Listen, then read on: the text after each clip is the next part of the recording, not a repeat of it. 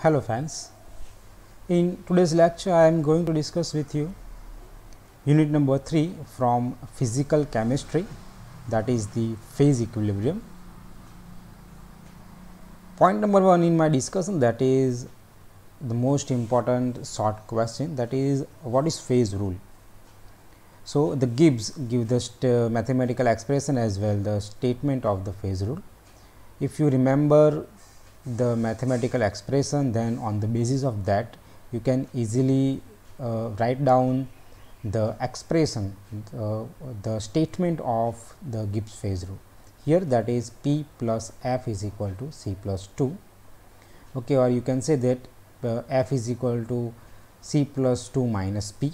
You can easily modify that equation, F is equal to C plus 2 minus P, or F is equal to P plus C minus 2. So the terms here in Gibbs equation are P is the number of phases, F is the number of degree of freedoms, C is the number of component.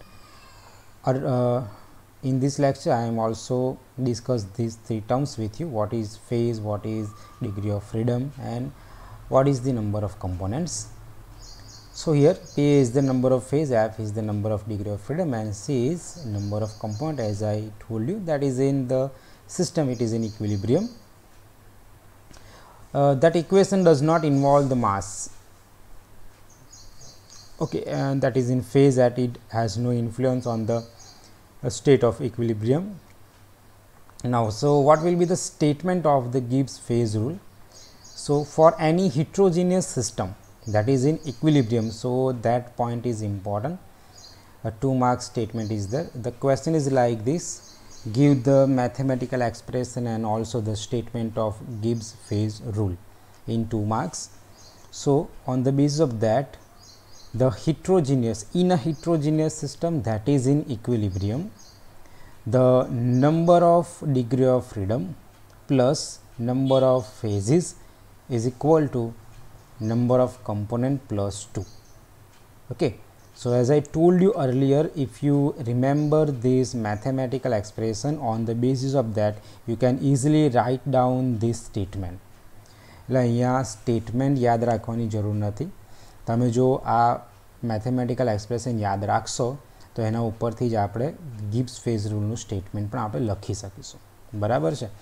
યાદ શું રાખવાનું છે અહીંયાથી આપણે કે the number of ફેઝિસ plus number of degree of freedom is equal two number of component plus 2. પણ ખાલી આગળ આપણે એટલું એડ કરવું પડશે કે આ કોના માટે છે, that is for heterogeneous system. એટલે આગળ એક સ્ટેટમેન્ટ આપણે એવું એડ કરીશું: in a heterogeneous system that is in equilibrium. Okay, તો હવે તમે ઇઝીલી યાદ રાખી શકો છો: in a heterogeneous system that is in equilibrium, the number of degree of freedom plus the number of phases are equal to the number of component plus 2. Most important short question, 2 marks ની અંદર પૂછાય છે, એટલે ખાસ એનું mathematical expression અને એનું statement યાદ રાખજો. હવે ફેઝ ઇક્વિલિબ્રિયમ સમજતા પહેલાં, બરાબર, આ જે 3 ટર્મ્સ છે બરાબર સમજી લેવી પડશે અને એની વચ્ચેનું જે ડિફરન્સિએશન કરતાં તમને આવડવું જોઈએ કે what is phase, what is degree of freedom, vote is the component અને ફેઝ વચ્ચે શું ડિફરન્સ છે, ડિગ્રી ઓફ ફ્રીડમ કેવી રીતે આવશે, અને +2 કેમ ત્યાં +2 જ લખવામાં આવે છે, +1 કેમ નથી લખવામાં આવતું. આ બધી જ ટર્મ્સ આપણે આ લેક્ચરમાં ડિસ્કસ કરીશું. સ્ટાર્ટ કરીએ ફેઝથી. હવે ફેઝ એટલે શું? પહેલાં આપણે તેની ડેફિનેશન આવડવી જોઈએ. What is phase?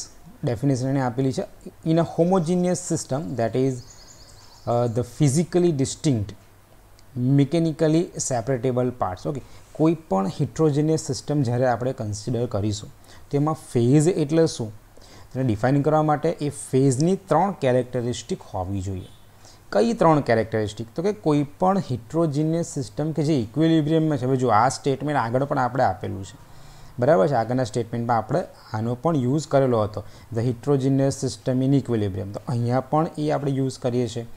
કોઈ પણ હિટ્રોજેનિયસ સિસ્ટમ કે જે ઇક્વિલિબ્રિયમમાં છે, બરાબર, એમાં ફેઝ એટલે શું? તો કે એનો હોમોજીનિયસ પાર્ટ. ઓકે, જે ફેઝ કોને કન્સિડર કરીશું? કે જે હોમોજીનિયસ હોય, મિકેનિકલી સેપરેટેબલ પાર્ટ્સ હોય, જેને આપણે મિકેનિકલી સેપરેટ આઉટ કરી શકતા હોય. મિકેનિકલી સેપરેટ આઉટનો મતલબ શું થશે કે જેને તમે કોઈ મિકેનિકલ પ્રોસેસ વડે તમે એને જુદા પાડી શકો. જેમ કે ફોર એક્ઝામ્પલ કે આપણે જોઈએ કે ફનેલ, આપણે એને શું કરીએ છીએ, ફનલની મદદથી આપણે એને સેપરેટ આઉટ કરતા હોઈએ છીએ, બરાબર. કહે કે સીવ એટલે કે ગરણી, બરાબર છે. આપણે જો કોઈ ફિલ્ટર પેપર લઈએ અને આપણે જો જે હિટ્રોજીનિયસ સિસ્ટમ છે, હિટ્રોજીનિયસ સિસ્ટમને ફિલ્ટર પેપરમાંથી પાસ કરીએ, filter paper is a mechanical part, બરાબર. તો જો બે કમ્પોનન્ટ અલગ થઈ જતા હોય, ફોર એક્ઝામ્પલ કે આપણે વોટર છે, એમાં કોઈ કમ્પોનન્ટ નાખેલો હોય અને પછી આપણે જેને ફિલ્ટર આઉટ કરીએ તો અમુક રેસિડ્યુ ઉપર રહી જાય, વોટર રિમૂવ થઈ જાય, તો એ જે પાર્ટ જે ફિલ્ટર પેપરની ઉપર રહી ગયો અને વોટર છે નીકળી ગયું. તો આ બે જે સિસ્ટમ જે છે, બરાબર, આ શું થયું તો કે એ મિકેનિકલી તમે વોટરમાંથી એ સબસ્ટન્સને તમે મિકેનિકલી સેપરેટ આઉટ કરો છો. એટલે કે હિટ્રોજીનિયસ સિસ્ટમને એવા ભાગ છે જેને મિકેનિકલી આપણે સેપરેટ આઉટ કરી શકીએ. એ પાછા હોમોજીનિયસ હોય, બરાબર. હોમોજીનિયસ હોય, મિકેનિકલી એને સેપરેટ આઉટ કરી શકાતા હોય અને ફિઝિકલી ડિસ્ટિંક્ટ હોય. હવે ફિઝિકલી ડિસ્ટિંક્ટ એટલે શું? એક વર્ડ અહીંયા યુઝ કરેલો છે, યસ, ફિઝિકલી ડિસ્ટિંક્ટ એટલે કે એને આપણે ફિઝિકલી પણ ડિસ્ટિંક્ટ, દેટ મીન્સ કે એને મે બી આપણે એને જોઈ ન શકીએ. Give me second. What does mean for distinct? કે always use Google translate app for that. મને કોઈ પણ ઇંગ્લિશ વર્ડનો મિનિંગ ના ખબર હોય તો હું પર્ટિક્યુલર આપણા મોબાઈલમાં એક એપ આવે છે ગૂગલ ટ્રાન્સલેટ.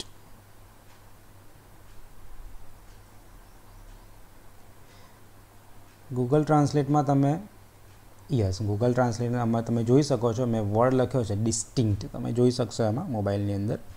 ગૂગલ ટ્રાન્સલેટ એવી એપ છે કે જેમાં તમે ગુજરાતી વર્ડ નાખશો તો એનું ઇંગ્લિશ થઈ જશે, ઇંગ્લિશ વર્ડ નાખશો તેના તમને અલગ અલગ એના જે મિનિંગ છે એ પણ તમને જોવા મળશે. ડિસ્ટિંક્ટ, વોટ ઇઝ ડિસ્ટિંક્ટ? જુઓ, ડિસ્ટિંક્ટ એટલે એની આખી જ ઇન્ફોર્મેશન આમાં તમને મળી જશે ગૂગલ ટ્રાન્સલેટની અંદર, બરાબર.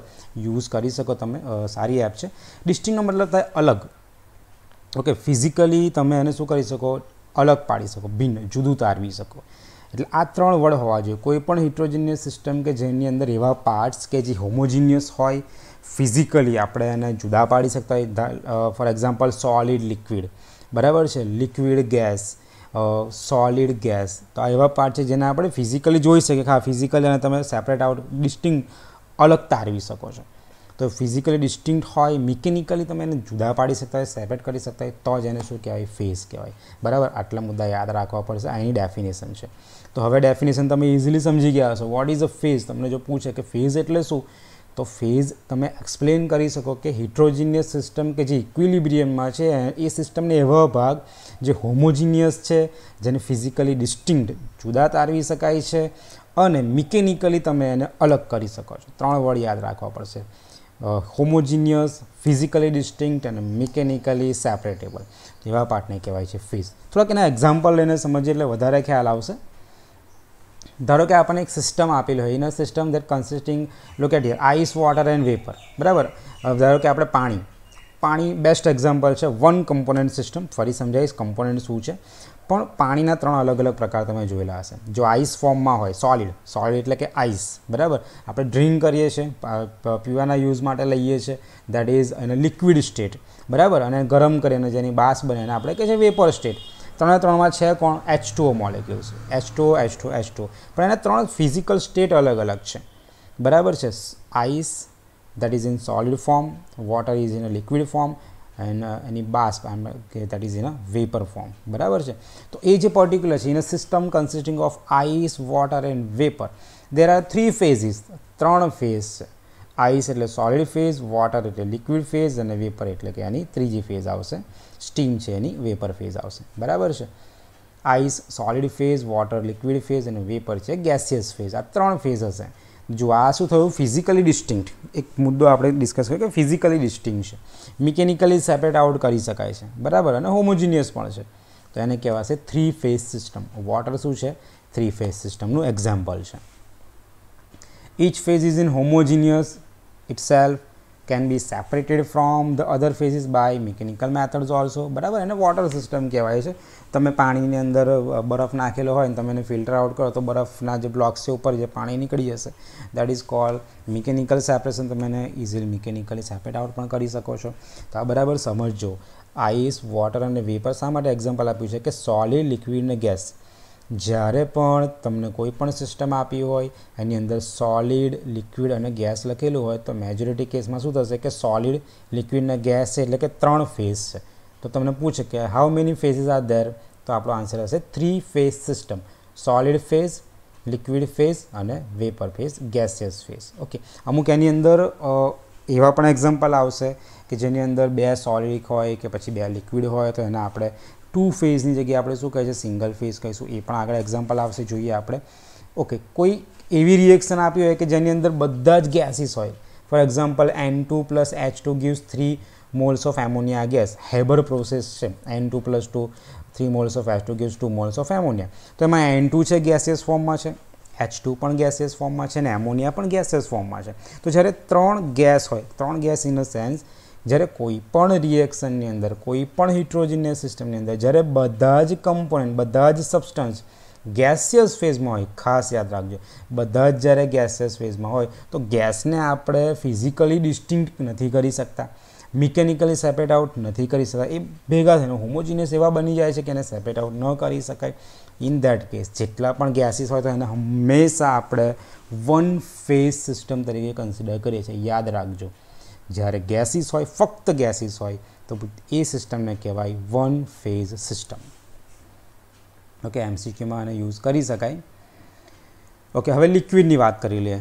પહેલો કેસ શું હતો તો કે સોલિડ, લિક્વિડ ને ગેસ 3 હતા. બીજા કેસમાં તો કે ફક્ત ગેસ હોય તો કેટલા ફેઝ. ત્રીજો કેસ એમ એવું છે કે જ્યારે 2 લિક્વિડ ભેગા કર્યા હોય તો કેટલા ફેઝ કહેવાશે. જ્યારે કોઈ પણ 2 અથવા 2 કરતાં વધારે લિક્વિડ જ્યારે આપણે ભેગા કરતા હોય કે જે મિક્સિબલ હોય. હવે મિક્સિબલ એટલે શું તો કે ભેગા થઈ જાય. ફોર એક્ઝામ્પલ આલ્કોહોલ અને વોટર, બરાબર છે. આપણે આલ્કોહોલ લઈએ અને વોટર લઈએ અને ભેગા કરીએ તો બંને હોમોજીનિયસ. મિક્સિબલ એટલે કે એકદમ હોમોજીનિયસ સોલ્યુશન બનાવશે, એને સેપરેટ આઉટ પછી કરી શકાશે નહીં. તો જ્યારે કોઈ પણ 2 અથવા 2 કરતાં વધારે લિક્વિડ હોય અને એ મિક્સિબલ હોય તો એ કેસની અંદર એને કહેવાય સિંગલ ફેઝ, બરાબર. એટલે લિક્વિડ પણ જ્યારે ભેગા કરો અને મિક્સિબલ થઈ જાય તો એને સિંગલ ફેઝ કહેવાય. બીજો એક્ઝામ્પલ આપણે આપીએ, વોટર અને કેરોસીન. તમે કેરોસીનમાં વોટર નાખો અને બરાબર એને શેક કરો તો થોડાક ટાઈમ માટે બંને મિક્સ થઈ જશે. પણ તમે જ્યારે એ બીકરને એક બાજુ મૂકશો તો વોટર અને કેરોસીન અલગ થઈ જશે, બરાબર છે. એ આખી સિસ્ટમ આ સમજાવવા માટે એક્ઝામ્પલ આપી રહ્યું છું. આ ફેઝનું એક્ઝામ્પલ નથી પણ સમજાવું છું કે કેવી રીતે 2 લિક્વિડને મિક્સિબલ એટલે શું અને ઇમિક્સિબલ એટલે શું. વોટર છે અને ઓઇલ છે, વોટર અને કેરોસીન આ બધા ઇમિક્સિબલ છે. તો તમે 2 પાર્ટ અલગ જોઈ શકો છો, ફિઝિકલી ડિસ્ટિંક્ટ, એને કહેવાય ઇમિક્સિબલ. તો આ એક્ઝામ્પલ છે જ્યારે 2 લિક્વિડ મિક્સિબલ હોય, ભેગા થઈ જતા હોય તો એને પણ હંમેશા સિંગલ ફેઝ સિસ્ટમ તરીકે કન્સિડર કરવામાં આવશે. ઓકે, બરાબર. આલ્કોહોલ અને વોટરનું એક્ઝામ્પલ અહીંયા આપેલું છે. 1 ફેઝ કહેવાય, એક જ ફેઝ છે. Will be vapour in contact. Okay, પણ જ્યારે કોઈ વેપર છે લિક્વિડના કોન્ટેક્ટમાં હોય તો એને 2 ફેઝ કહેવાય, બરાબર. ફોર એક્ઝામ્પલ કે આપણે વોટર છે એને ક્લોઝ સિસ્ટમમાં એને ગરમ કરીએ, ગરમ કરીશું એટલે અમુક વોટર મોલેક્યુલ્સ છે ગરમ થશે એટલે એની શું બનશે, ગેસિયસ ફોર્મ, એની વેપર બનશે. તો એ ક્લોઝ સિસ્ટમની અંદર વોટર છે ગેસિયસ ફોર્મમાં પણ છે અને વોટર છે લિક્વિડ ફેઝમાં છે. તો એ વેપર અને લિક્વિડ એ બંને એક બાઉન્ડ્રીથી અલગ કરી શકાશે. એક સરફેસ એવી હશે કે જેની ઉપર ગેસિયસ મોલેક્યુલ હશે અને એની નીચે લિક્વિડ હશે. તો આ જે બાઉન્ડ્રી છે, આ જે સરફેસ છે જેનાથી આપણે વેપર અને લિક્વિડને સેપરેટ આઉટ કરી શકીએ છીએ, બરાબર છે. તો એને કહેવાય 2 ફેઝિસ. એટલે કે જ્યારે લિક્વિડ છે એ ગેસના કોન્ટેક્ટમાં હોય તો એને 2 ફેઝ સિસ્ટમ કહેવાય. બહુ જ ઇઝી વસ્તુ છે, કન્ફ્યુઝ થવાની જરૂર નથી. જો ફરી જ્યારે સોલિડ, લિક્વિડ, ગેસ હોય ત્યારે 3 ફેઝ સિસ્ટમ. જ્યારે કોઈ પણ ગેસ, બધા જ જ્યારે ગેસ હોય ત્યારે એક જ ફેઝ કહેવાય. જ્યારે લિક્વિડ સાથે લિક્વિડ ભેગા કરવાનો હોમોજીનિયસ મિક્સિબલ થઈ જાય તો એક ફેઝ સિસ્ટમ. જ્યારે લિક્વિડ સાથે ગેસ મિક્સ કરો, બરાબર છે, અને એક બાઉન્ડ્રી વડે બંનેને સેપરેટ આઉટ કરી શકાતા હોય તો લિક્વિડ ફેઝ છે અને ગેસ ફેઝ છે તો 2 અલગ ફેઝ એટલે 2 ફેઝ સિસ્ટમ કહેવાય. આ વસ્તુ યાદ રાખવાની છે, બરાબર. આગળ પણ એના એક્ઝામ્પલ આવશે એટલે ખાસ આ વસ્તુ ધ્યાન રાખવી પડશે. ઓકે, હવે આપણે વાત કરી લીધી કે બધા ગેસ હોય તો શું થાય, બધા લિક્વિડ હોય તો શું થાય, લિક્વિડ અને ગેસ હોય તો શું થાય. છેલ્લો એક્ઝામ્પલ આવશે બધા સોલિડ હોય તો શું થાય. તો ઓબ્વિયસલી જ્યારે બધા જ સોલિડ મિક્સચર હોય ત્યારે બધાને અલગ અલગ ફેઝ તરીકે કન્સિડર કરવાનું. કેમ અલગ અલગ કન્સિડર કરવાનું? કેમ કે સોલિડ ક્યારેય મિક્સિબલ થઈ અને હોમોજીનિયસ ના બનાવે, એને હંમેશા તમે એકબીજામાંથી સેપરેટ આઉટ કરી જ શકો. बराबर। गैसना केस में ऊंधू हतुं, कोईपण ज्यारे 3-4 गैस भेगा कर दो तो गैस शुं करे, होमोजीनियस बनावी दे, एने आपणे अलग ना करी दे। एटले गैस ए एक फेज छे। पण ज्यारे बहु बधा सॉलिड कम्पोनન્ટ भेगा करीने ज्यारे कोई सिस्टम बनती होय तो जेटला सॉलिड एटला फेज, आ हमेशा याद राखवानुं, जेटला सॉलिड एटला फेज। जो मैं लखेलुं छे अहींया, जेटला सॉलिड एटला फेज, बराबर है। એટલે solid mixture consisting of many as phase as solid are present, જેટલા सॉलिड હશે એટલા फेज હશે। एक सरस एक्जाम्पल आपेलू है, कैल्शियम कार्बोनेट ने विभाजन करेलू है। Calcium carbonate in a solid phase gives calcium oxide that is in solid phase plus CO2 in gas. तो जो हवे हूँ तमने धारो कि एम पूछूँ कि आमां केटला फेज सिस्टम है, तो पहला पेલું तो आ एक गैस है अने बे सॉलिड है, तो गैस अने सॉलिड अलग अलग है, એટલે बे फेज तो खरा ज। प्लस तो कि एक आ सॉलिड कैल्शियम कार्बोनेट और एक सॉलिड CO। हवे आपणे शुं लख्युं आगळ कि जेटला सॉलिड एटला फेज, एटले एक फेज आ सॉलिड, बीजो फेज आ सॉलिड, एक त्रीजो फेज आवशे गैस जे सॉलिड करता अलग ज छे, केम कि ज्यारे सॉलिड लिक्विड ने गैस होता है आपणे अलग अलग फेज तरीके कन्सिडर करीए छीए। एटले टोटल फेज सिस्टम केटली थई, तो कि 1 2 3, टोटल 3 फेज सिस्टम कहेवाय। कम्पोनेंट आखी अलग वस्तु है, ये ज्यारे आवशे त्यारे आपणे समजीशुं, पण आ 3 फेज सिस्टम कहेवाय। जेटला सॉलिड एटला फेज, गैसीस होय तो सिंगल फेज, लिक्विड मिसिबल होय तो पण सिंगल फेज, लिक्विड अने वेपर होय तो 2 फेज सिस्टम थशे, भेगा नहीं थता एटला माटे, अने ज्यारे सॉलिड लिक्विड गैस होय त्यारे 3 फेज सिस्टम थशे। आ वस्तु थोड़ुं वाँचजो घरे शांतिथी, विडियो जोया पछी એટલે વધારે ખ્યાલ આવશે। ओके, हवे आ कम्पोनेंट एटले शुं, बराबर। बीजी वस्तु पण जोई लईए आपणे, वॉट इज अ कम्पोनेंट। तो a component is an element और a compound present in a system. पहलानी डेफिनेशन वाँची दो अने वाँच्या पछी तमने समजावो कि आ कम्पोनेंट एटले शुं छे, खरेखर फेज अने कम्पोनेंट में डिफरन्स शुं छे। एनी डेफिनेशन आपणे आ रीते आपीए। जो आ जेटली पण डेफिनेशन डिस्कस करी रह्यो छुं बधी ज डेफिनेशन छे 2 मार्क्सना शॉर्ट क्वेश्चन तरीके इम्पोर्टન્ટ छे ज। ओके, डिफाइन ध टर्म एम करीने आ युनिटमांथी जेटली पण डेफिनेशन आवे छे एमांथी कोई पण डेफिनेशन पूछी शकाय छे। डिफाइन ध term, what is phase, what is component, what is आगळ आवशे ट्रिपल पॉइंट है, यूटेक्टिक पॉइंट है, what is degree of freedom है, बधा ज डेफिनेशन 2 मार्क्स में पूछाई सके छे। डेफिनेशन जोईए आपणे, शॉर्ट क्वेश्चन में आवशे the number of component of a system at equilibrium is defined as, definition है minimum number of molecular species, okay, that is in terms of which the composition of all the phases may be expressed quantitatively। थोड़ी definition तो आम अघरी लागे एवी छे, समझीए ने फरीथी एकवार वाँचीए। The minimum number of molecular species, बराबर है। केवी रीते एने एक्सप्रेस करीए छे, the minimum number of molecular species in terms of which एनी कंपोजिशन जोवानी छे, एनी कॉन्सन्ट्रेशन जोवानी छे। The composition of all the phases may be expressed quantitatively. जेम के आपणी पासे 3 फेज सिस्टम होय अने 3 फेज सिस्टमनी अंदर जेटला पण एनी अंदर सब्सटन्स आपणे आपेला होय अथवा तो कहूँ कि मॉलिक्युलर स्पीसीज आपेली होय, बराबर।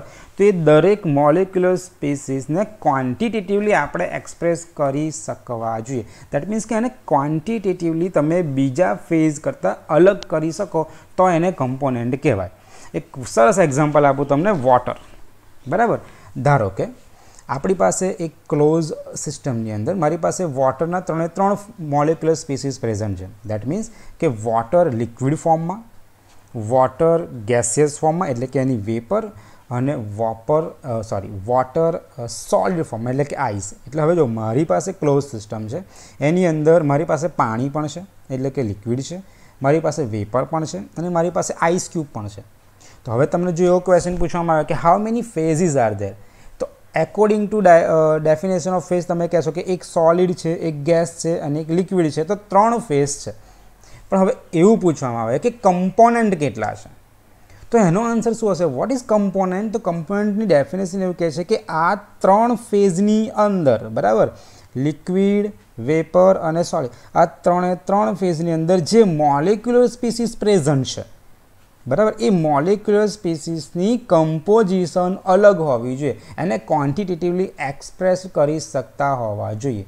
तो हवे એની મોલેક્યુલર સ્પીસીસ કોણ છે? તો કે જો લિક્વિડ તો એમાં છે H2O, બરાબર, 2 હાઇડ્રોજન 1 ઓક્સિજન, બરાબર, ધ્યાનથી સાંભળજો.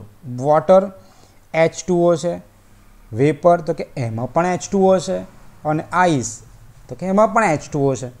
દેટ મીન્સ કે 3 ફેઝની અંદર કમ્પોનન્ટ એટલે કે મોલેક્યુલર સ્પીસીસ તો એક જ છે, H2O.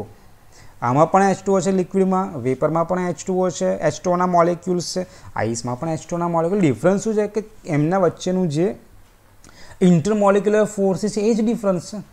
બાકી જો હું કમ્પોઝિશન જોવા જાઉં, મારે એમ કેવું હોય કે લિક્વિડ અને વેપર બંનેની કમ્પોઝિશન અલગ, તો ખોટી વસ્તુ છે. કેમ? તો કે વોટર લિક્વિડ ફોર્મમાં છે તો એમાં પણ H2Oના જ મોલેક્યુલ છે.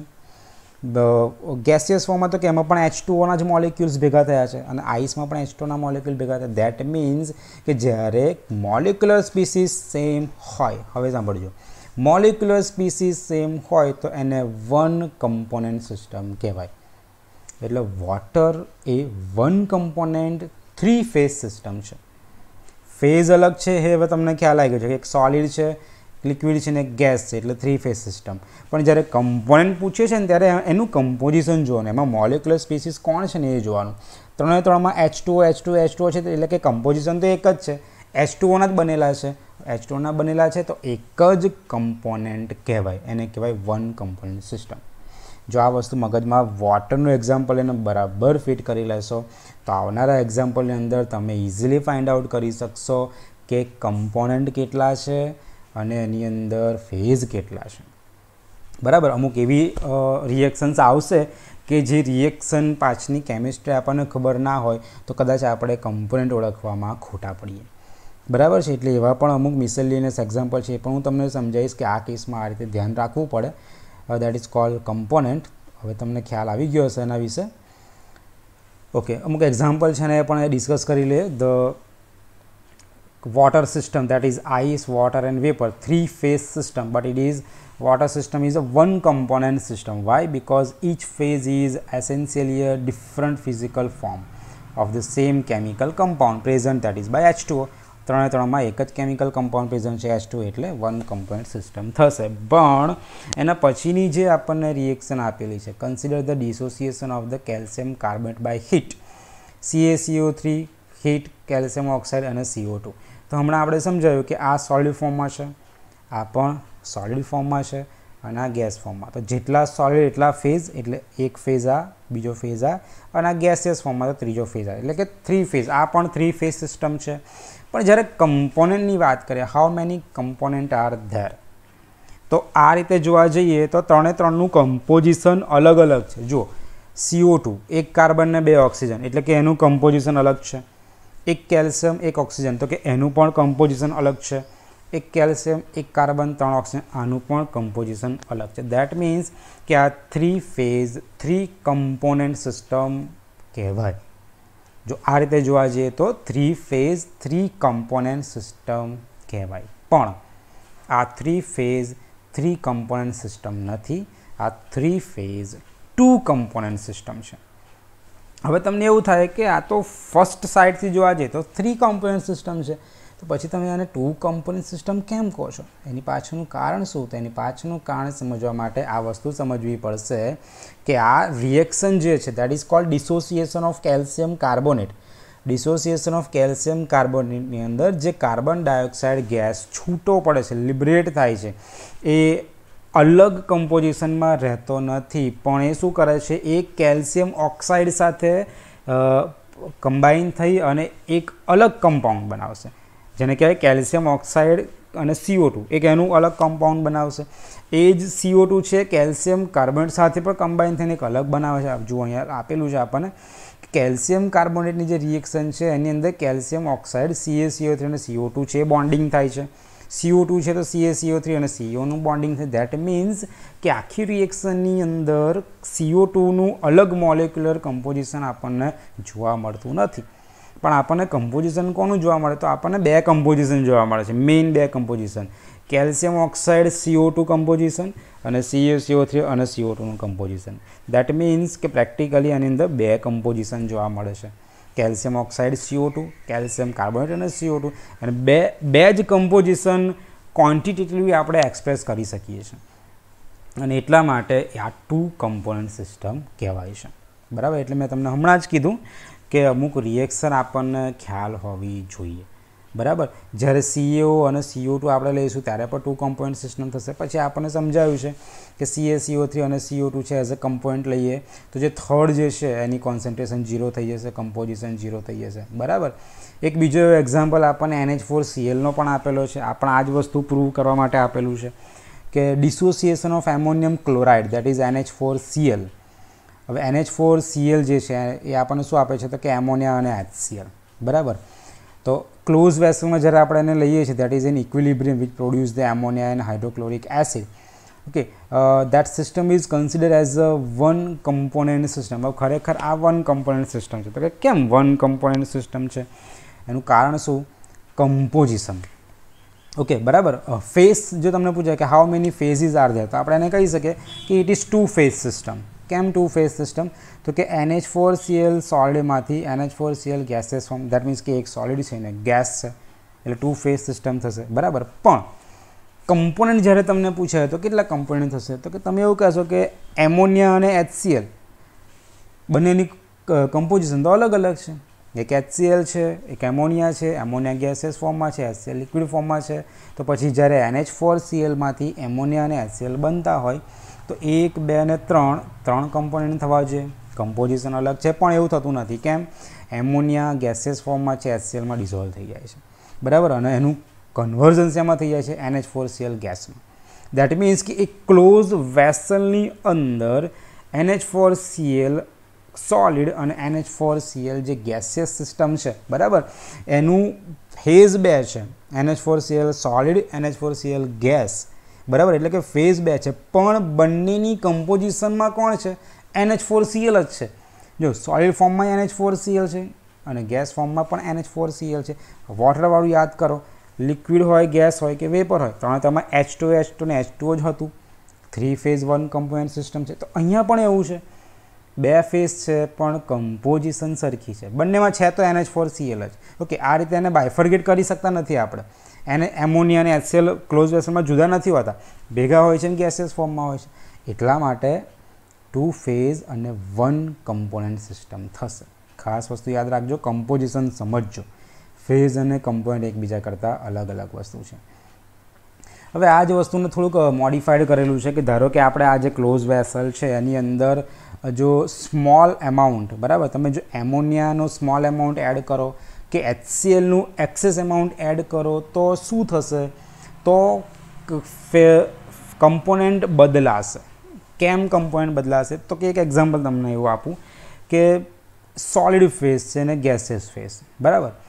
ફેઝની અંદર સોલિડ હોય તો કે NH4Cl છે, ગેસિયસ ફેઝની અંદર પણ NH4Cl છે, પણ એની અંદર જો હું X એમાઉન્ટ એમોનિયા નાખું, બરાબર, તો હવે જુઓ કે મારી પાસે જે ક્લોઝ વેસલ છે એ ક્લોઝ વેસલની અંદર એક બાજુ મારી પાસે NH4Cl સોલિડ છે, એક બાજુ NH4Cl છે જે ગેસ છે. દેટ મીન્સ કે 2 ફેઝ સિસ્ટમ છે પણ બંનેમાં છે NH4Cl, એટલે કે કમ્પોઝિશન સેમ છે, એટલે એક જ કમ્પોનન્ટ છે. પણ હું એમાં એક્સ્ટ્રા એમોનિયા બહારથી એડ કરું છું. મારી વેસલમાં બંને બાજુ NH4Cl છે, હું બહારથી એમોનિયા એડ કરું છું. તો હવે એ એમોનિયા જે છે એ એક્સેસ એમોનિયા છે. હવે એક્સેસ એમોનિયા છે એટલે એ શું કરશે તો કે એ NH4Cl છે એ NH4Cl નહીં બનાવે, પણ excess ammonia as such close સિસ્ટમમાં પડ્યો રહેશે. એટલે હવે મારી પાસે ક્લોઝ વેસલમાં, હવે ધ્યાન આપો, ક્લોઝ વેસલમાં હવે મારી પાસે શું થઈ ગયું તો કે NH4Cl સોલિડ, NH4Cl ગેસ અને એક્સેસ એમોનિયા જે ગેસિયસ ફોર્મમાં છે. તો હવે કમ્પોઝિશન હું મેજર કરીશ ક્લોઝ વેસલની તો મને શું મળશે તો કે NH4Cl તો મળશે જ, પણ સાથે એમોનિયા પણ મળશે જે ગેસિયસ ફોર્મમાં છે, એક્સેસ ફોર્મમાં, એની ક્વોન્ટિટી પણ મળશે. તો જ્યારે હું એક્સેસ એમોનિયા નાખું છું તો હવે કમ્પોનન્ટ થઈ જશે 2. કેમ? તો કે કમ્પોઝિશન થઈ ગયા 2. એક કમ્પોઝિશન કોની? NH4Clની, એ સોલિડ હોય કે ગેસ. બીજી કમ્પોઝિશન કોની? તો કે એક્સેસ એમોનિયાની, જે રિએક્શનમાં પાર્ટિસિપેટ કરતો નથી, એક્સેસ છે, પડ્યો રહે છે. અહીંયા બતાવ્યું છે, જુઓ, X મોલ્સ ઓફ એમોનિયા પડ્યો રહેશે એઝ સચ. જો HCl એડ કર્યો હોત તો પણ સેમ વસ્તુ થાત, X મોલ ઓફ HCl જોવા મળત અને જોડે X મોલ ઓફ NH4Cl તો છે જ.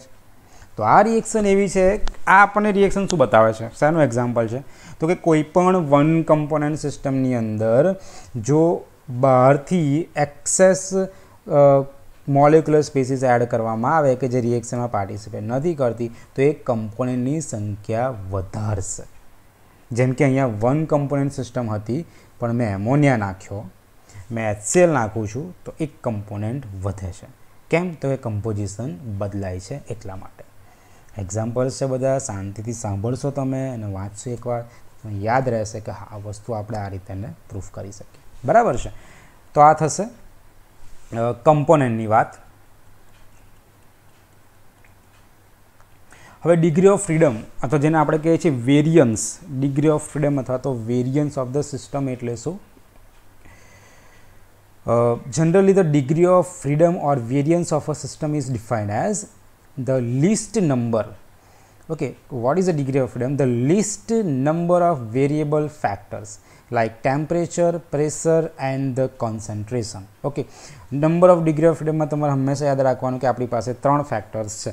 બરાબર, જે 3 ફેક્ટર્સથી આપણે ફેઝ અને કમ્પોનન્ટ છે અને શું કરી શકીએ, ફેક્ટર્સ એ અફેક્ટ કરે છે. કમ્પોનન્ટ પર અફેક્ટ કરશે, ફેઝ ઉપર અફેક્ટ કરશે. તો આ જે 3 ફેક્ટર્સ છે, ટેમ્પરેચર, પ્રેશર અને કોન્સન્ટ્રેશન અથવા તો કમ્પોઝિશન, આ 3 ફેક્ટર્સ છે તો 3 વેરિયન્સ છે. તો ડિગ્રી ઓફ ફ્રીડમની સંખ્યા થશે 3. બરાબર. એક હોય તો યુનિવેરિયન્ટ સિસ્ટમ કહેવાય, 2 ફેક્ટર હોય તો બાયવેરિયન્ટ સિસ્ટમ કહેવાય, 3 ફેક્ટર હોય તો ટ્રાયવેરિયન્ટ સિસ્ટમ કહેવાય. એક પણ ફેક્ટર અફેક્ટ ના કરતો હોય, યુટેક્ટિક પોઈન્ટ, એક પણ ફેક્ટર અફેક્ટ ના કરતો હોય તેને કહેવાય ઇનવેરિયન્ટ અથવા નોન વેરિયન્ટ સિસ્ટમ. આગળ જ્યારે હું 1 કમ્પોનન્ટ 2 કમ્પોનન્ટ સિસ્ટમ ડિસ્કસ કરીશ ત્યારે આ વસ્તુ તમને સમજાવીશું. બરાબર છે. પણ અત્યારે યાદ રાખવાનું છે કે એક ફેક્ટર હોય તો યુનિવેરિયન્ટ, 2 હોય તો બાયવેરિયન્ટ, 3 હોય તો ટ્રાયવેરિયન્ટ, એક પણ ના હોય તો નોન વેરિયન્ટ અથવા તો ઇનવેરિયન્ટ સિસ્ટમ. તો કેટલા ફેક્ટર્સ છે? List number of variable factor like temperature, pressure and concentration which should be arbitrarily fixed in order to define the system completely. સિસ્ટમને ડિફાઇન કરવા માટે જે ફિક્સ્ડ ફેક્ટર્સ છે those are known as a degree of freedom. Okay, હવે phase reactions છે. બરાબર. Phase રિએક્શનની definition બહુ easy છે. there are certain physical or chemical reaction which are accompanied by the appearance or disappearance of the phase. Okay, કોઈ પણ physical કે chemical reaction હોય કે જેની અંદર કોઈ ફેઝ એપિયર થતો હોય કે કોઈ ફેઝ છે ડિસએપિયર થતો હોય તો આ દરેક રિએક્શનને કહેવાય ફેઝ રિએક્શન. બરાબર. એ ફિઝિકલ રિએક્શનમાં હોઈ શકે, કેમિકલ રિએક્શનમાં હોઈ શકે, પણ ફેઝ રિએક્શન ક્યારે કહેવાય તો કે એમાં એક કાં તો બે કરતાં વધારે ફેઝ જે છે એ એપિયર થતા હોય અથવા તો એ ફેઝ ડિસએપિયર થતો હોય તો એને કહેવાય ફેઝ રિએક્શન. અહીંયા વેલ નોન એક તમને અહીંયા આપેલું છે. આ ત્રિકોણ તમે એને યાદ રાખો, આની કશી જરૂર છે નહીં. બરાબર. એની જગ્યાએ તમે આ જે ટ્રાયેંગલ મેં ડ્રો કરેલો છે ઉપર લખેલું છે પણ એના પરથી તમે ફેઝ રિએક્શન યાદ રાખી શકો. ફોર એક્ઝામ્પલ જોઈએ, એક એક્ઝામ્પલ આપીને સમજાવું, બાકીનું તમે સમજી લેજો કે જ્યારે સોલિડ કોઈ હોય ને સોલિડમાંથી સીધો ગેસ બનતો હોય તો એ ફેઝ રિએક્શનનું નામ શું? તો કે સોલિડમાંથી સીધો ગેસ બને તો એને કહેવાય સબ્લિમેશન. એ રિએક્શન શું કહેવાય? સબ્લિમેશન રિએક્શન. કેમ કે એક સોલિડ ફેઝ છે એનું કન્વર્ઝન સોલિડમાંથી લિક્વિડમાં થાય, ગેસમાં થઈ રહ્યું છે. તો જો 2 ફેઝ છે, સોલિડ ફેઝ ડિસએપિયર થઈ રહ્યો છે અને ગેસ ફેઝ એપિયર થઈ રહ્યો છે તો સોલિડ ટુ ગેસ સબ્લિમેશન રિએક્શન કહે. તો આ ફેઝ રિએક્શન થઈ. એનું રિવર્સ ગેસમાંથી હોય તો એને કહેવાય સોલિડિફિકેશન રિએક્શન. તો બાકીની રિએક્શન તમે યાદ રાખી શકો. બરાબર. લિક્વિડ ટુ ગેસ તો વેપોરાઇઝેશન, એનું reverse condensation reaction. Liquid to સોલિડને કહેવાય પ્રેસિપિટેશન, ક્રિસ્ટલાઇઝેશન અથવા તો ફ્રીઝિંગ કહેવાય. અને સોલિડમાંથી લિક્વિડ થાય તો એને મેલ્ટિંગ કહેવાય. આ બધી અમુક ફેઝ રિએક્શન તમને આપેલી છે. ઓકે, હવે ઇક્વિલિબ્રિયમની જો આપણે વાત કરીએ તો conditions for the equilibrium between the ફેઝિસ. બરાબર. કઈ કન્ડિશન છે ઇક્વિલિબ્રિયમ ફેઝિસ વચ્ચે જ્યારે ઇક્વિલિબ્રિયમ એસ્ટાબ્લિશ થતું હોય તો કેટલા પ્રકારના ઇક્વિલિબ્રિયમ છે એસ્ટાબ્લિશ કરી શકાય? તો આમ જોવા જઈએ તો થર્મલ છે, કેમિકલ છે, મિકેનિકલ ઇક્વિલિબ્રિયમ છે. આ 3 ઇક્વિલિબ્રિયમની આપણે વાત કરીશું. એકદમ ઇઝી વસ્તુ છે. બરાબર. એના કંઈ સ્ટેપ એટલા બધા હાર્ડ એન્ડ ફાસ્ટ નથી. એક વખત વાંચશો તો ઇઝીલી તમને આવડી જશે. ઓકે, થર્મલ ઇક્વિલિબ્રિયમ એટલે શું? હવે પહેલાં વાત કરીએ થર્મલ ઇક્વિલિબ્રિયમની. થર્મલ એટલે કે ટેમ્પરેચર, એટલે કે ત્યાં ટેમ્પરેચરની વાત કરવાના છે આપણે. બરાબર. પહેલાં જે 3 ફેક્ટર છે મગજમાં રાખવાના, ટેમ્પરેચર, પ્રેશર અને કોન્સન્ટ્રેશન અથવા કમ્પોઝિશન. તો જે પહેલું જ ઇક્વિલિબ્રિયમ છે ટેમ્પરેચરને રિલેટેડ છે, થર્મલ ઇક્વિલિબ્રિયમ છે. મતલબ શું થાય એનો? Temperature of all the ફેઝિસ must be identical. જ્યારે ટેમ્પરેચર છે આઇડેન્ટિકલ હોય, otherwise there would occur the flow of heat from one phase to another phase. બરાબર, એટલે કે ટેમ્પરેચર આઇડેન્ટિકલ હોવું જોઈએ. હવે આ લાઈન લખ્યા પછી સીધા અહીં આવવાનું કે સપોઝ વી કન્સિડર ટુ ફેઝ સિસ્ટમ. આપણી પાસે આલ્ફા અને બીટા બે ફેઝ તમને આપેલી છે. હવે આલ્ફા અને આલ્ફા અને બીટા બે ફેઝ માટે ટેમ્પરેચર કે જે આપણે આઇડેન્ટિકલ રાખવાનું છે એની વેલ્યુ શું આવશે? તો કે ટી આલ્ફા અને ટી બીટા બે ટેમ્પરેચરની વેલ્યુ છે, અને એસ આલ્ફા અને એસ બીટા એની એન્ટ્રોપીની વેલ્યુ છે, એસ ફોર એન્ટ્રોપી. બરાબર. તો હવે heat, transfer of heat, that is cold DQ. Q is a symbol for heat. The heat dq is transfer from alpha to beta at equilibrium. જો આટલી વસ્તુ તમને યાદ હોવી જોઈએ કે તમારી પાસે બે ફેઝ છે, એક આલ્ફા ફેઝ છે, એક બીટા ફેઝ છે. બરાબર. આ બંને ફેઝનું ટેમ્પરેચર તો કે ટી આલ્ફા અને ટી બીટા, બંનેની એન્ટ્રોપી એસ આલ્ફા અને એસ બીટા, અને કેટલી હીટ ટ્રાન્સફર થાય છે ક્યાંથી ક્યાં સુધી? તો કે આલ્ફાથી બીટા તરફ હીટ ટ્રાન્સફર થાય છે. એટલે કે આલ્ફા હીટ ગુમાવે છે, બીટા હીટ મેળવે છે, અને એની વેલ્યુ કેટલી છે? ડીક્યુ. આટલી હીટનો ડિફરન્સ આવે છે. તો હવે આપણે આને મેથેમેટિકલી આ રીતે ઇક્વિલિબ્રિયમ જ્યારે એસ્ટાબ્લિશ થાય તો એને આ રીતે લખી શકાય કે the change in entropy ds is equal two ds alpha plus ds beta and that is equal to 0. બરાબર છે. ઓકે, આલ્ફાથી બીટા તરફ હીટ ટ્રાન્સફર થાય છે. આલ્ફા ગુમાવે છે એટલે એની સાઇન નેગેટિવ આવશે, બીટા મેળવે છે એટલે એની સાઇન પોઝિટિવ આવશે. એટલે હવે આ વસ્તુ મારે એસ આલ્ફાની વેલ્યુ મારે શોધવી હોય તો ડીએસ આલ્ફા બરાબર શું થાય? તો કે એન્ટ્રોપીની વેલ્યુ એટલે કે ધ હીટ ટ્રાન્સફર પર યુનિટ ટાઈમ, એને કહેવાય એન્ટ્રોપી. તો ડીએસ આલ્ફા બરાબર શું થતું? તો કે ડીક્યુ બાય ટી આલ્ફા. બરાબર છે. હવે અહીંયા નેગેટિવ સાઇન છે, અહીંયા બરાબર છપાયું નથી પણ અહીંયા આવશે નેગેટિવ સાઇન. તો ડીએસ આલ્ફા, જો આ વેલ્યુ શોધી છે, ડીએસ આલ્ફા બરાબર ડીક્યુ એટલે કે હીટ ટ્રાન્સફર, અહીંયા સાઇન આવશે negative divided by T alpha. તો સેમ ડીએસ બીટા પણ લખી શકાય, ડીએસ બીટા બરાબર ડીક્યુ બાય ટી બીટા. બંને વેલ્યુ આપણે ઉપરના ઇક્વેશનમાં મૂકી દેવાની છે. Minus d q by T alpha plus d q by T beta is equal to 0. બરાબર છે. હવે આ જે સાઇન છે એને તમે આ બાજુ લઈ લો, બીજી સાઈડ, તો માઇનસ માઇનસ પ્લસ થઈ જશે, ડીક્યુ ડીક્યુ કેન્સલ આઉટ થઈ જશે. તો આપણને શું મળશે? 1/t alpha is equal two 1/t beta મળશે. બરાબર. આ 0 છે, આ ટર્મને હું આ બાજુ લાવી દઉં છું રાઇટ હેન્ડ સાઈડ, તો પ્લસ બીકમ્સ માઇનસ, તો માઇનસ માઇનસ પ્લસ થઈ જશે, ડીક્યુ ડીક્યુ કેન્સલ થઈ જાય, તો 1/t alpha is equal two 1/t beta મળે. તો એને આ રીતે લખી શકાય, T alpha is equal two T beta. તો આને કહેવાય થર્મલ ઇક્વિલિબ્રિયમ. બરાબર છે. બહુ જ ઇઝી વસ્તુ છે. મિકેનિકલી આને પ્રૂવ કરવાની આવે 2 માર્ક્સમાં આવશે મિકેનિકલી પ્રૂવ કરવાની, તો આ વસ્તુ યાદ હોવી જોઈએ. બરાબર છે. T alpha is equal two T beta આપણે પ્રૂવ કરવાનું છે. ઓકે, મિકેનિકલ ઇક્વિલિબ્રિયમ હવે શું છે? What is a mechanical equilibrium? જો ઉપરનું આપણને યાદ રહ્યું હોય તો બસ એ રીતે આને પણ આપણે પ્રૂવ કરવાનું છે. થર્મલ ઇક્વિલિબ્રિયમની અંદર ટેમ્પરેચર છે ઇક્વલ રહેશે, મિકેનિકલ ઇક્વિલિબ્રિયમની અંદર પ્રેશર ઇક્વલ છે એવું આપણે પ્રૂવ કરવાનું છે, એટલે કે P alpha is equal to P beta. બરાબર. તો હવે this equilibrium it is mean all the phases in equilibrium must be under the same pressure, that is called mechanical equilibrium. ચલો હવે આને પ્રૂવ કેવી રીતે કરી શકાશે? One phase would increase its volume at the expense of the another. હવે જ્યારે પ્રેશરની આપણે વાત કરતા હોઈએ તો પ્રેશર જેમ ટેમ્પરેચરનું રિલેશનશિપ એન્ટ્રોપી સાથે છે, આપણે એન્ટ્રોપી લઈને પ્રૂફ કર્યું, એ જ રીતે પ્રેશર ઇક્વલ છે એ પ્રૂફ કરવા માટે મારે વોલ્યુમની જરૂર પડશે. કેમ કે તમે જ્યારે પ્રેશરમાં ચેન્જ કરો છો ત્યારે તમે શું કરો છો? વોલ્યુમ ચેન્જ થાય છે.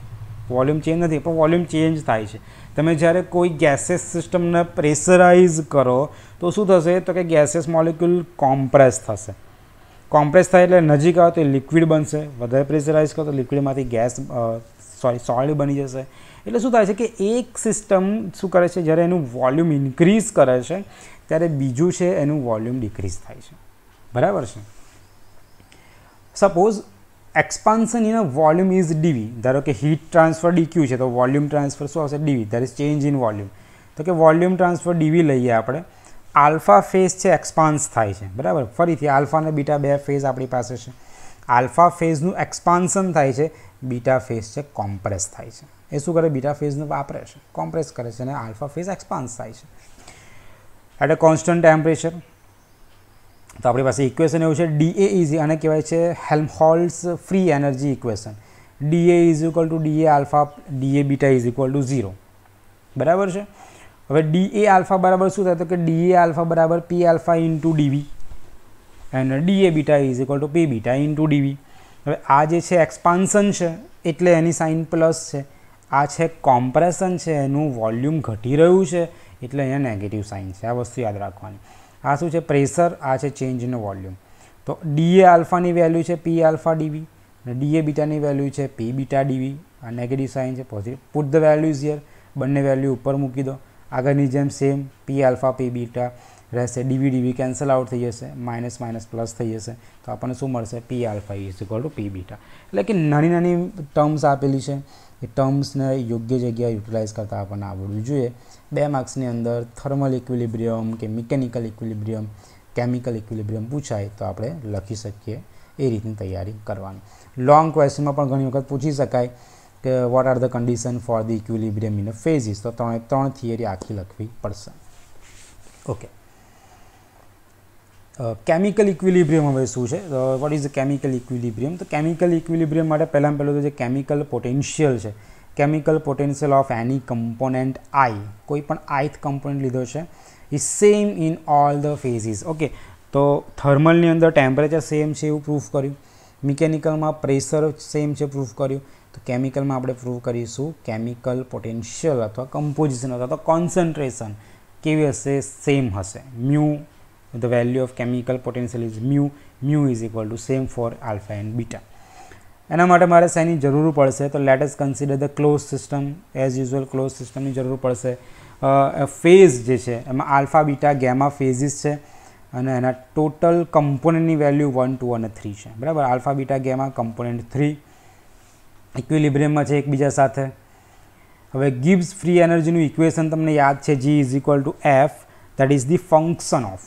બરાબર, એફ એ શું છે? Function, that is the free energy. અને કેવી રીતે વંચાય? Free energy is a function of temperature, pressure and composition of ith phase. અને આ રીતે વંચાય. બરાબર, અહીંયા આગળ આવશે, લખેલું હશે એનું, that is yes the function of temperature, pressure and compose લખેલું છે અહીંયા. બરાબર, that is the Gibbs free energy of alpha phase is function of temperature, pressure and number of component અથવા તો કે composition of ith phase for alpha phase.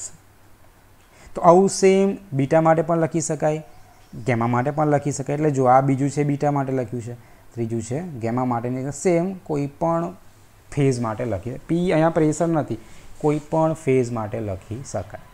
બરાબર છે. હવે ત્યાં કમ્પોનન્ટ આઈ એટલે શું? તો કે અહીંયા આઈ બરાબર 1 2 3 4 કોઈ પણ કમ્પોનન્ટ હોઈ શકે. ઓકે, હવે change in free energy, d g બરાબર શું થાય? તો કે ચેન્જ ઇન ફ્રી એનર્જી બરાબર આલ્ફાની અંદર ચેન્જ, બીટામાં ચેન્જ, ગેમામાં એન્ડ સો ઓન. જે ઉપર ડિરાઈવ કરી છે બધાનો સરવાળો કરવો પડે. ડીજી બરાબર d g alpha, d g beta, d g gamma. બરાબર છે. અને મલ્ટી કમ્પોનન્ટ સિસ્ટમ જો હોય તો મલ્ટી કમ્પોનન્ટ સિસ્ટમ માટે આ જ ઇક્વેશન મારે આ રીતે લખવું પડે. ડીજી બરાબર માઇનસ એસ ડીટી, એસ એટલે entropy, plus volume DP, that is આ જે છે એ પર્ટિક્યુલર છે એન્ટ્રોપી આ વોલ્યુમના ટર્મ્સમાં, અને આ છે ગિબ્સ ડ્યુહામ ઇક્વેશન. આ જે છે એને ગિબ્સ ડ્યુહામ ઇક્વેશન કહેવાય. Summation mu I D n, આટલું જે મેં રાઉન્ડ કર્યું છે એને ગિબ્સ ડ્યુહામ ઇક્વેશન કહેવાય. યાદ રાખજો. બરાબર, તો મલ્ટી કમ્પોનન્ટ સિસ્ટમ માટે આ ઇક્વેશન યુઝ કરવું પડશે. હવે DG at constant temperature and પ્રેશરની વેલ્યુ છે summation of mu I D N I, જે અહીંયા લખ્યું છે, એટલે કે ગિબ્સ ડ્યુહામ ઇક્વેશન. તો અહીંયા મ્યુ શું છે? હવે એવું થાય કે summation of mu I D એનમાં મ્યુ શું છે? That is called chemical potential. એટલે આપણે એ પ્રૂફ કરવાનું છે કે કેમિકલ પોટેન્શિયલની વેલ્યુ સેમ રહેવી જોઈએ. તો આ જે ઇક્વેશન છે d g at temperature and pressure summation of mu I D N i, હવે આઈની જગ્યાએ કમ્પોનન્ટ મૂકી દો. બરાબર, d g is equal to summation of i 1 to 0 mu i of alpha d n i of alpha, mu i of beta d n beta, mu i of gamma and d n i of gamma. એટલે કે જે multi component system છે એની અંદર alpha beta gamma ત્રણ phase માટે આપણે લખી શકીએ. 3 ફેઝ માટે એને સેપરેટ આઉટ કરી લઈએ આપણે. ડીજીની વેલ્યુ 0 થઈ જશે. ક્લોઝ સિસ્ટમ લો એટલે ડીજીની વેલ્યુ 0 થઈ જાય. તો આ છે summation mu i alpha beta that is equal to 0 થઈ જશે. હવે આની અંદરથી આપણે એવું લખી શકીએ કે d mu i alpha d N i alpha dn beta and dn gamma plus dn up to any phase is equal to 0. ઉપરના ઇક્વેશનમાંથી મેં શું કર્યું તો કે જે નંબર ઓફ કમ્પોનન્ટ જે હતા એ બધાને મેં સેપરેટ આઉટ કરી લીધા. હવે જો એ સેમ હોય તો પોટેન્શિયલ પણ સેમ હશે. તો એની નીચે આપણે એ જ ઇક્વેશનમાંથી આપણે પોટેન્શિયલ પણ અલગ લઈ લીધો કે chemical potential μ1 alpha is equal to μ1 beta is equal to μ1 gamma. એટલે બરાબર અહીંયા આપણે શું પ્રૂવ કર્યું કે કોઈ પણ કમ્પોનન્ટ માટે કેમિકલ પોટેન્શિયલની વેલ્યુ પણ કેવી મળશે, સેમ મળશે. બરાબર. કેમિકલ પોટેન્શિયલમાં થોડુંક મેથેમેટિકલ ટર્મ્સ વધારે છે પણ બધી ટર્મ્સ ઇઝી છે એને તમે ઇઝીલી થોડુંક યાદ રાખવાની જરૂર પડશે અને 2 થી 3 વખત લખવાની જરૂર પડશે. લખશો તો આ વસ્તુ યાદ રહેશે. ઇઝી છે પણ લખવું પડશે. કયું ઇક્વેશન ખાસ યાદ રાખવું પડશે તો એ છે આ ગિબ્સ ડ્યુહામ ઇક્વેશન. અહીંયા યાદ રાખવું પડશે. dg બરાબર -s dt v dp plus summation mu dn that is called Gibbs Duhem equation. કેમ કે એ ઇક્વેશનનો યુઝ કરીને જ આપણે આગળ કામ કરવાનું છે. અને છેલ્લો પોઈન્ટ જે આજના ડિસ્કશનમાં આપણે જોવાના છે કે that is a derivation of phase rule. કેવી રીતે આ ફેઝ રૂલ છે, ફેઝ રૂલ ક્યાંથી આવ્યો, કેવી રીતે ડિરાઈવ કર્યો. f is equal two c minus p plus 2. બરાબર. આપણે આગળ જોયું હતું p plus f is equal two c plus 2 હતું. આ એનું મોડિફિકેશન છે. એને થોડુંક આપણે રીઅરેન્જ કરીએ તો મને આ રીતે મળશે. જે વિલાર્ડ ગિબ્સ, ઓકે, જે વિલાર્ડ ગિબ્સ 1876ની અંદર મેથેમેટિકલ રિલેશન ડિરાઈવ કર્યું હતું number of degree of freedom, component અને ફેઝ વચ્ચે. f is equal two c minus p plus 2 આ યાદ રાખવાનું છે આપણે, એનો યુઝ કરવાના છે. ઓકે. હવે આ જે થિયરી છે આપણને એક્સપ્લેન કરે છે કે +2 કેમ આવે છે. બરાબર છે.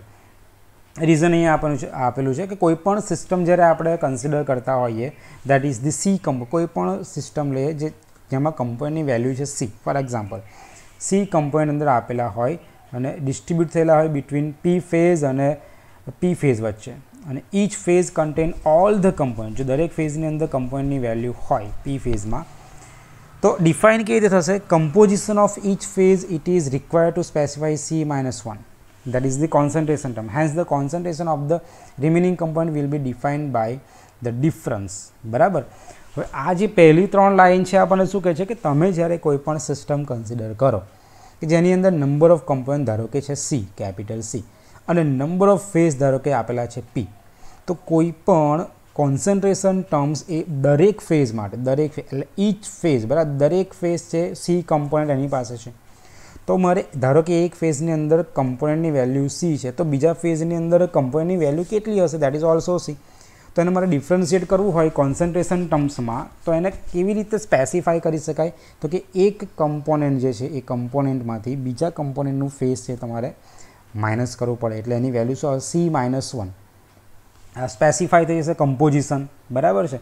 એટલે કે કમ્પોઝિશન ઓફ દરેક ફેઝની કમ્પોઝિશન કોન્સન્ટ્રેશનની વેલ્યુ કેટલી છે c-1.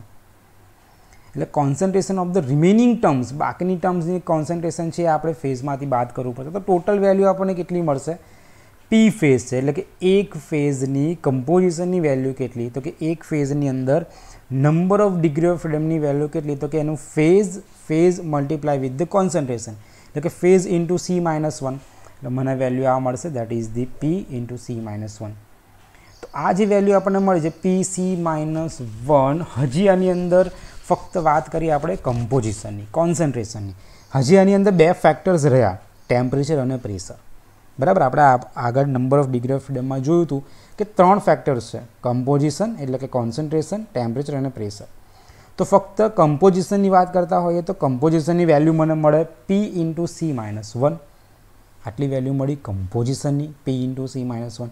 હજી એની અંદર 2 ફેક્ટર ઉમેરવાના બાકી છે, ટેમ્પરેચર અને પ્રેશર. ફાઇનલ મને શું મળશે ટોટલ નંબર ઓફ વેરિયેબલ કેટલા થયા તો કે total number of variable p into c-1 એટલે કે આ એની કોન્સન્ટ્રેશન, કમ્પોઝિશન પ્લસ એક ટેમ્પરેચર અને એક પ્રેશર એટલે ત્યાં શું હશે છેલ્લે +2. +2 શું ઇન્ડિકેટ કરે છે કે ટોટલ 3 વેરિયેબલ છે. એક કોન્સન્ટ્રેશન એટલે કે p ઇન્ટુ c-1, કમ્પોઝિશન, આ 2 કોણ છે તો કે ટેમ્પરેચર અને પ્રેશર. એટલે આપણને f ઇઝ ઇક્વલ ટુ શું મળે c. હવે આને મોડિફાય તમે કરો p ઇન્ટુ c અને p-1 કહીએ તો આપણને શું મળશે c-p પ્લસ 2. જનરલ મેથેમેટિકલ એનું તમે ડેરિવેશન કરશો તો તમને આ ઇક્વેશન આ રીતે મળશે f is equal two c-p plus 2. So that is all about today's discussion. બાકીનું જે ડિસ્કશન છે એને આપણે નેક્સ્ટ લેક્ચરમાં લઈશું. એની પહેલાં એડવાન્ટેજીસ ઓફ ફેઝ રૂલ, આ પોઈન્ટ મેં સેલ્ફ સ્ટડીમાં આપેલો છે, બરાબર છે. તમે એના એડવાન્ટેજીસ જે છે વાંચજો. શોર્ટ ક્વેશ્ચનમાં પૂછે છે what are the advantages of phase rule, what are the limitation of phase rule. એટલે આ પોઈન્ટ હું તમને સેલ્ફ સ્ટડીમાં આપી રહ્યો છું.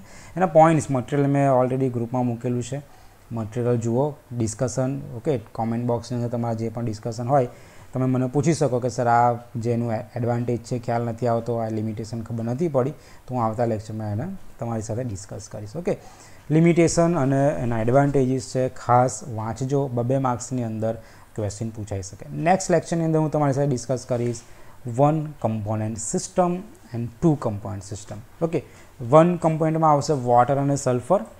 2 કમ્પોનન્ટની અંદર આપણે યુટેક્ટિક અને નોન કોન્ગ્રુઅન્ટ અને કોન્ગ્રુઅન્ટ મેલ્ટિંગ પોઈન્ટવાળી સિસ્ટમ, 5 સિસ્ટમ તમારી સાથે હું ડિસ્કસ કરવાનો છું. 5 સિસ્ટમ લોંગ ક્વેશ્ચન તરીકે ઇમ્પોર્ટન્ટ છે. ઓકે, તો આજના લેક્ચર માટે આટલું ઇનફ છે. જે પણ તમારા ક્વેશ્ચન હોય કોમેન્ટ બોક્સમાં મને પૂછી શકો છો. Thanks for watching.